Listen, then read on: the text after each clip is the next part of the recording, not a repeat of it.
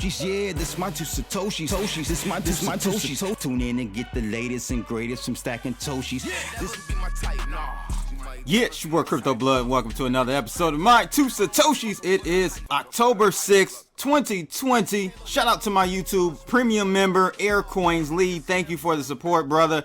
He had the song Nas, Spicy, featuring ASAP Ferg. This is a banger right here, people. Make sure you drop that in your playlist. What's good, people? Hope everyone's doing well today. Welcome to another red day. Oh my God. But guess what? I'm living good because I am not in the markets right now. If you follow my advice, you will be looking pretty right now because we are going to get into some lower levels on Bitcoin and the altcoins as well. A lot of the DeFis are getting hit hard as well.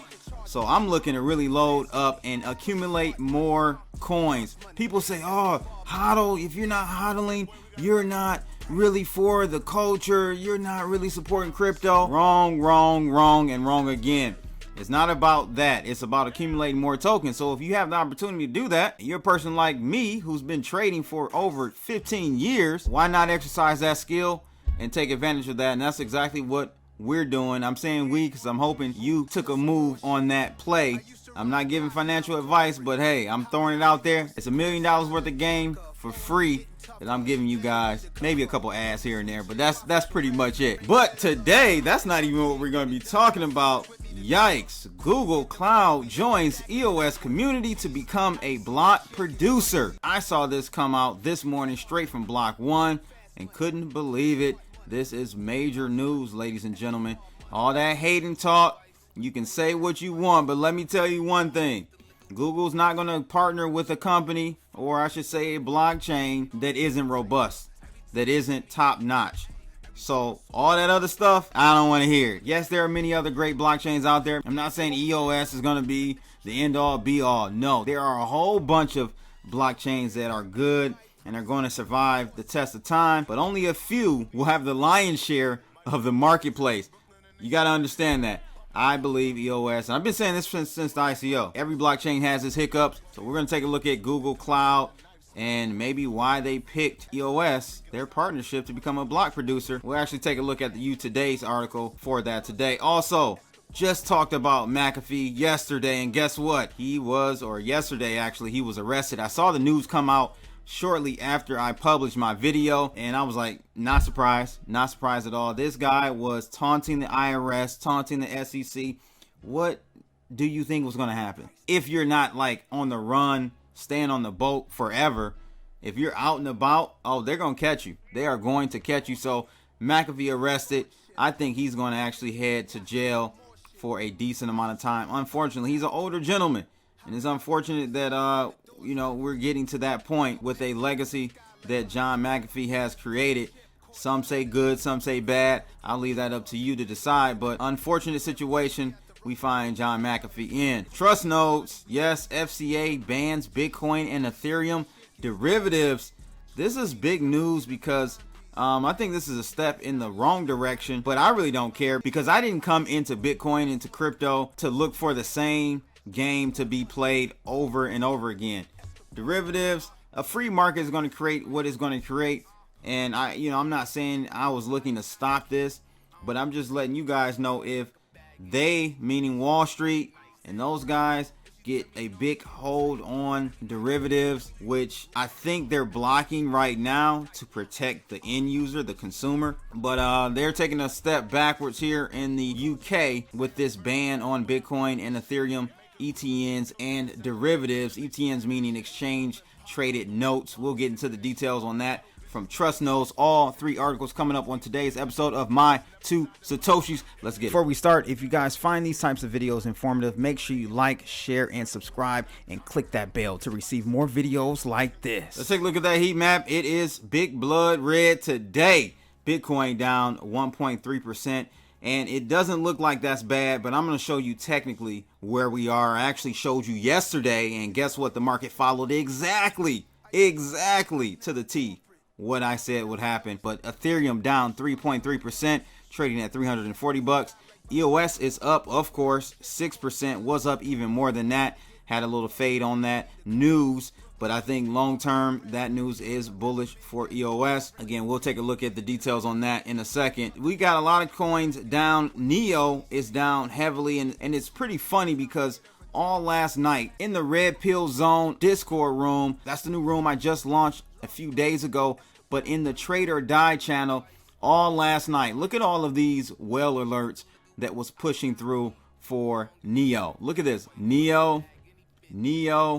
We're talking 7 million, 7 million, 7.5 actually, another 7.5. I mean, people were moving money around, evidently selling because the price is down heavily. Link down 8.1%, getting slaughtered again. I told you the DeFis are getting badly hit. So glad I got out of the market. And as you can see, guys, look at that. Looks like a head and shoulders to me, doesn't it? Head and shoulders, exactly. So from here, what I'm looking at, this area, 10,465 range, is still a major area of support. I'm not going to lie. But at this point, I'm believing we're going to go ahead and head down to 10.3. And then I'm thinking we're going to see a nice acceleration outward. If we break this 10.3 trend line, look out below because we are heading down to like 9,000. Boy, I hope that's not the case. I hope that's not the case. That would be pretty bad. I don't think we're doing that. You know, I'm reactionary. You never try to time or predict the market.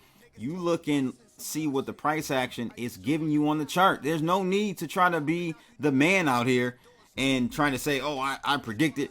No, all of the predictions I've made are really not predictions. It's me looking at price action and seeing where levels are either compromised or blown through to the upside. And that gives me the green light to say, okay, we're going further up or we're going lower.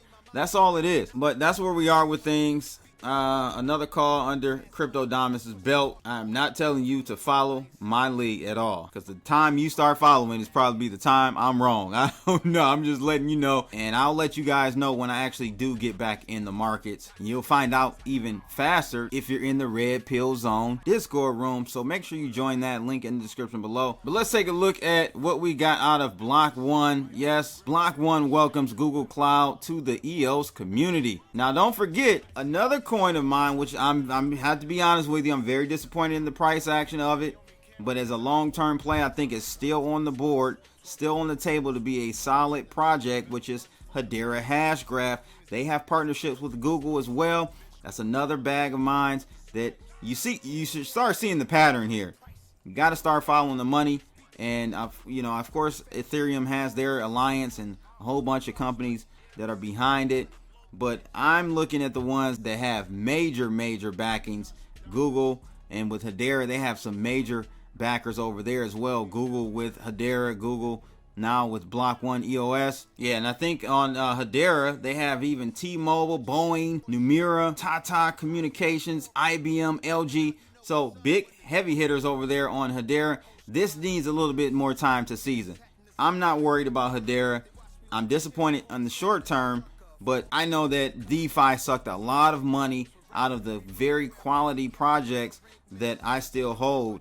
And we'll see how that pans out in the next couple of years. But I have a very good hunch about Hedera as well. Hold you a bag of that Hedera. But back to the EOS news today. We've got Block.one in the press release shared with you today. Block.one unveiled that the global cloud monster Google Cloud intends to join the EOS community and become a block producer on the EOS network. So the block, if you guys aren't familiar, a block producer is like almost like a node, master node provider, if you want to consider that, or like a miner. But in DPoS, it's a little different. So you have 21 main BPs, and then you have backup BPs just in case one of the main ones go down. You have backup BPs that are in line to take that slot to keep the network secure. So that's what's going on with Google Cloud. They're going to become a BP. I'm sure they're going to become one of the top 21 just surely off of their brand recognition. By joining the community, Google Cloud will ensure that companies use the blockchain technology and intend to do so in the future. Indeed, protect the storage data, making it seamlessly accessible to all users. So in the press release, Block.one team has warmly welcomed Google Cloud's decision to join the team, saying that it's a major achievement for the EOS network. As per CTO Dan Limmer, Google Cloud will continue to provide its infrastructure to Block.one. He also stated that the blockchain giant will enable Google Cloud to take advantage of all the advantages of blockchain. So in order for Google Cloud to become a block producer on the EOS network, token holders need to make a choice in favor of the IT behemoth. And one thing I want to highlight from the actual press release straight from Block.one, Google Cloud representative said that we're starting the process of becoming a block producer candidate as organizations begin to incorporate distributed ledger technology into their infrastructures. We are committed to ensure that the information on public blockchains are securely stored, reliably available, and can be accessed in meaningful ways. CEO Brandon Blummer said that with the majority of global public blockchain activity, EOS is a powerful solution for anyone looking to leverage the decentralized ecosystem with ease. You hear that? I'm going to highlight that one more time. With the majority of global public blockchain activity. I hate to sound shillless here, but I just got to call it how it is. I mean, if you go to blocktivity.info, EOS, by far, #1. No one is even close. Closest is my homeboys over there at Telos, a sister chain of EOS. They're at 4 million activities per 24 hours. But look at EOS, 55 million activities per 24 hours. Transactions per 24 hours, 5.9. That is crazy. Compared to, I'm just going to give you a comparison so you understand. You got to look at comps, right? Can't just look at a number and that doesn't tell you really anything. 5.9 transactions every 24 hours compared to 1 million on Ethereum. 5 times more activity or transactions on the blockchain than Ethereum, and only 325,000 transactions for Bitcoin. But Bitcoin, that's not really apples to apples there. We need to compare smart contract blockchains, really. All right, so look at Tron 1.6, HBAR 1.4. Nobody even close. So again, this is why. You wonder why? You got to look at that. Look at blocktivity.info. Don't look at the price. Price is a very small part of it long term. Actually, it really is irrelevant because we're talking about blockchains here. We're talking about activity on the blockchain. That's what you need to look at to value or assess the value of a blockchain, not the price. That's ass backwards. But anyway, that's it for that. Let's take a look at what's going on with John McAfee. Man, this is crazy. He was arrested in Spain for tax evasion. And I told you guys about the SEC going after him, but now this is more so the IRS coming after John McAfee. Looks like he was arrested in Spain after the U.S. Justice Department indicted him for concealing massive profits from ICO promotion, as well as keeping real estate and yacht and millions in crypto concealed to those under the ownership of nominees. And I'm not gonna even lie, man. When I saw that John McAfee was running for president, how could any of you guys take him seriously? I just don't understand. The guy has blatantly said he doesn't respect the IRS, doesn't care about the SEC, CFTC, all that. Touted them for over a year and a half, maybe even longer. How would he ever be elected as president? We don't really live in a free country, guys. Come on now. We know who runs this. I just laugh. I really just laugh. But the indictment of the U.S. Department of Justice has that from 2014 until 2018, John McAfee avoided filing his tax returns, although as reported by CNN, he made more than $23 million promoting ICO projects, providing consulting services, taking part in crypto projects, and even selling the rights to the story of his life to be turned into a documentary. So now he is awaiting extradition, guys, back to the U.S. I don't wish no person go to jail. I really don't. But unfortunately, man, at his age, every year is precious, right? So I think he's going to do some time. I hope he doesn't do much time, but from all that touting the IRS and doing very, very wild stuff, he's going to do some time. So free John McAfee shirt. That's what we do in the hood. Anyway, let's take a look at the last article. Trust knows FCA bans Bitcoin and Ethereum, ETNs, and derivatives. This is huge. This is big news. And kind of not a good look for all those who like to see Wall Street money, like to see the speculation aspect of cryptocurrencies, this is going to be a damper in it. And it actually may slow down the volatility of Bitcoin, though I don't think, UK was the main culprit of a lot of the volatility for Bitcoin and other cryptocurrency derivatives. I think China may be up there, US for sure, but the British Financial Conduct Authority has banned crypto exchange traded notes and derivatives. They say cryptos are volatile, have no reliable basis for valuation, and there's inadequate understanding of cryptos by by retail investors or customers. And the best of them all, they say there's a lack of legitimate investment need for retail consumers to invest in these products. So wait a minute. You're telling me because there's not enough demand, you don't want me to get in it and create more demand? Oh, okay, I got you. Numerous studies have ascertained Bitcoin in particular, but also ETH has some desirable qualities for an investment perspective. So really there is a need for Bitcoin ETNs, as that's the only available way to access Bitcoin through a stock portfolio or pension fund. And as the article points out, and is correct, retail investors don't understand many of the investments they buy, like ETFs or certain stocks and much else, which is why usually they have financial advisors. I'm just totally confused.